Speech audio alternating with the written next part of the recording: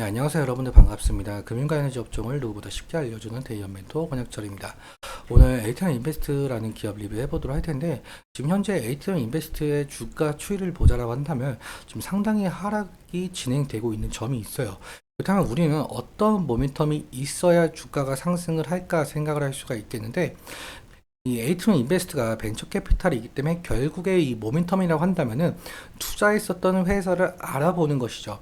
지금 현재 6월 달에 2차전지 기업에 투자한 이력이 있더라고요. 그래서 오늘 그 부분에 관련해서 좀 여러분들과 같이 한번 확인해 보려고 제가 가지고 왔고요. 먼저 시작하기 전에 저희 데이업 채널에 오시면은 모든 종목들을 커버해드리고 있으니까 찾아주시면 정말 감사하겠고, 제 영상도 끝까지 지켜봐 주시면서 댓글로 궁금하신 것들 남겨주시면은 다음 영상에서 말씀을 드려보도록 하겠습니다. 그러면 에이티엠 인베스트 바로 보도록 할게요. 일단 에이티엠 인베스트 같은 경우 뭐 아시는 분들도 아시겠지만 모르시는 분들을 위해서 어느 사업을 영위하고 있는지 좀 간단하게 말씀을 드려보자면, 기술력이 높지만 자본과 경영력이 취약한 기업 설립 초기 단계에 있는 스타트업들에게 대출이 아닌 지분 투자 방식으로 추후에 인수합병 상장을 통해서 투자 자금을 회수하고 있는 사업을 진행 중에 있고요. 투자 방법에는 크게 두 가지가 있는데, 먼저 투자 조합의 경우에는 펀드와 마찬가지로 개인기관, 정부, 그리고 중소기업 창업투자회사, 여기는 자금들을 모두 모아서 스타트업들에게 투자를 하는 것을 투자 조합이라고 말을 하고 있고, 그리고 직접 투자 같은 경우 말 그대로 직접적으로 투자를 하는 것을 말하고 있습니다. 다음으로 넘어가서 제가 이 시리즈 A, 시리즈 B라는 것을 좀 설명을 드리려고 하는데, 이것이 왜 중요하냐라고 해본다면, 사실 이 벤처 캐피탈에 대한 뉴스를 좀 살펴보자라고 한다면, 예를 들어서 에이티너 인베스트가 어느 기업에 이 시리즈 B에 해당하는 투자를 진행을 했다라는 뉴스가 대부분이에요. 그렇다 보니까 이러한 용어들 좀 아셨으면 좋을 것 같아서 좀 가지고 왔고요. 좀 설명을 드려보자면, 시리즈 A에 해당하는 투자 같은 경우는 스타트업들이 서비스 오픈하기 위해서 준비 단계에서 받는 투자이고, 사실 시리즈 A까지 오지 못하고 많은 기업들이 너무나도 많아서 여기 있는 구간을 죽음의 계곡 데스밸리라고 표현을 하는 구간이 있습니다. 그리고 시리즈 B의 경우에는 스타트업들이 사업 확장을 하기 위해서 추가로 받는 투자 단계이고, 시리즈 C부터는 스케일업을 가속하게 하는 단계인데, 사실 이 대부분 벤처기업들이 시리즈 C 단계에서 외부 투자를 마무리 짓고 뭐 어떠한 노력들을 하게 되는데, 그 스타트업들이 시리즈 D, E까지 하는 경우도 있다라고 생각을 해주시면 좋을 것 같습니다. 그리고 이러한 시리즈 ABC 투자를 통해서 이 스타트업들이 본격적인 성장을 이루게 되고 상장이나 M&A가 가능한 기업으로 탈바꿈하게 되는데요. 여기서 벤처 캐피탈들이 투자금 회수를 통해서 이익을 보는 구조다라고 볼 수가 있을 것 같습니다.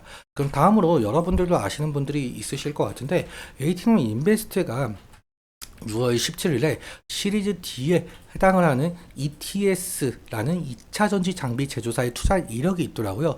시리즈 D에 해당을 한다라고 한다면 사실 이 IPO 단계까지 얼마 남지 않았다라는 뜻이 될 수가 있을 것 같은데요. 그렇다면 도대체 ETS가 어떤 회사이길래 에이트론 인베스트가 투자했었을지 좀 살펴봐야겠죠. 살펴보자라고 한다면, ETS 같은 경우 좀 읽어보도록 할게요. 2012년에 설립된 자동화 설비 개발 업체이다. 특히 2차 전지 조립 공정에 필요한 모든 장비를 설계부터 제작까지 턴키 공급할 수 있는 기술력을 갖췄다라고 평가를 하고 있어요. 그리고 국내 2차 전지 대기업의 1차 협력사로 선정이 되면서 한국, 중국, 폴란드의 장비 납품과 수주를 진행을 해오고 있는 업체라고 한답니다. 사실 그렇다면 2차 전지 조립 공정에 필요한 장비를 제작을 하는 업체이기 때문에 이 2차 전지에 대한 모멘텀, 사실 2차 전지의 모멘텀이라고 한다면은 이 전기차에 대한 모멘텀도 함께 살펴봐야 되는 부분이 있겠는데요. 사실 여러분들도 아시다시피 작년 한 해까지 이 전기차, 2차 전지 기업들이 주가 상승이 강하게 나왔다라는 것은 아실 텐데, 이 상승의 이유는 결국엔 이 기후 변화에 대한 문제점을 타파하기 위해서 35년까지 이 내연기관 자동차 판매 금지, 그리고 온실가스 배출량 감축 등이었었죠. 하지만 지금 현재는 2차 전지와 이 전기차에 대한 모멘텀이 상당히 좀 약화된 부분이 있는데, 이 기사를 보시면 어느 정도 알 수가 있을 것 같습니다. 여기 유럽의 EPP 정당에서 이 내연기관 자동차 판매 정책 폐지 가능성을 좀 시사한 바가 있었고요. 그리고 2040 기후 목표도 축소될 가능성이 높다라고 얘기를 하고 있죠. EPP 정당에 대해서 좀 말씀을 들어보자면, 이 유럽 국민당의 약자인데요. EPP 정당 같은 경우는 좀 중도 우파 이런 정당이라고 한답니다. 이 EPP 정당에서는 유럽이 이 특정한 산업, 예를 들어서 뭐 전기차만을 지원을 하지 않고 다양한 방법으로 이 탄소 배출을 줄여 나가야 한다는 것을 좀 강조한 바가 있었어요. 그런데 이러한 것을 좀 강조한 EPP 정당이 이번에 제1야당으로 국회의원들이 상당히 당선이 된 바가 있었는데, 그래서 이러한 부분에 대해서 이 전기차에 대한 모멘텀 사실 약해진 것으로 보이고 있죠. 실제로 이 글로벌 전기차 시장 규모는 작년에 비해서 어느 정도 하락한 모습을 좀 보이고 있고요. 그리고 그렇다면 이 에이티넌 인베스트가 투자했었던 ETS라는 기업이 매출적으로 어느 정도 과해목할 성과를 보여주지 못한다라고 한다면 에이티넌 인베스트가 이 ETS라는 기업을 엑스트할 시 상당한 이익을 거두긴 힘들어 보일 것으로 보이고 있죠.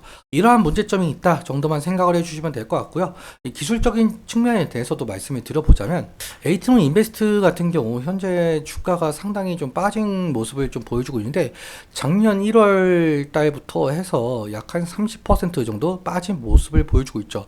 그리고 이평선들이 전부 위에 있다 보니까 사실 역배열 구간에 해당을 하고 있는 부분이기도 한데, 그럼 우리는 어느 구간을 좀 지지라인으로 좀 바라봐야 될 것인가, 이 부분도 좀 궁금해 하실 거라고 생각이 들고 있습니다. 일단 지지라인 같은 경우는 이 부분을 좀 생각을 할 수가 있을 것 같은데요. 오늘도 그렇고 지금 최근 며칠 사이에 지속적으로 이 구간을 좀 지지해 주고 있는 모습을 보여주고 있죠. 하지만 이 주가가 역배열에 지금 해당하고 있다 보니까 사실 이 하락할, 그러니까 이 지지라인이 이탈할 가능성이 상당히 높거든요. 그렇기 때문에 만약에 이탈 시에는 리스크적인 관리는 필요할 것으로 보이고 있고, 그리고 만약에 상승 시 같은 경우는 앞서 말씀드렸다시피 그 이평선들이 지금 역배열 구간에 있기도 하고, 그리고 이 구간에 사실 거래량을 보신다라고 한다면 이 구간에 있으신 분들이 상당히 많다라고 생각이 들 수가 있어요. 그렇기 때문에 상승시마다 이 차익 실현 매물이나 원금 보존 매물이 나올 가능성, 그러니까 저항이 상당히 강할 가능성, 이러한 점 염두해 주시면 좋을 것 같습니다. 오늘은 여기까지 말씀을 드릴 텐데요. 오늘 말씀드린 내용과 차트적인 부분에 대해서는 제 개인적인 견해가 있을 수밖에 없기 때문에 여러분들의 주관적인 견해와 함께 투자를 현명한 선택하셨으면 좋겠습니다.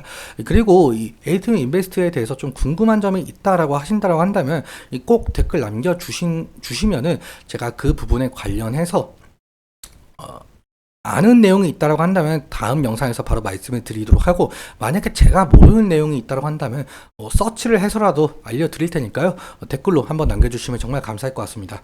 오늘도 시청해주셔서 감사하고 지금까지 멘토 권혁철이었습니다. 감사합니다.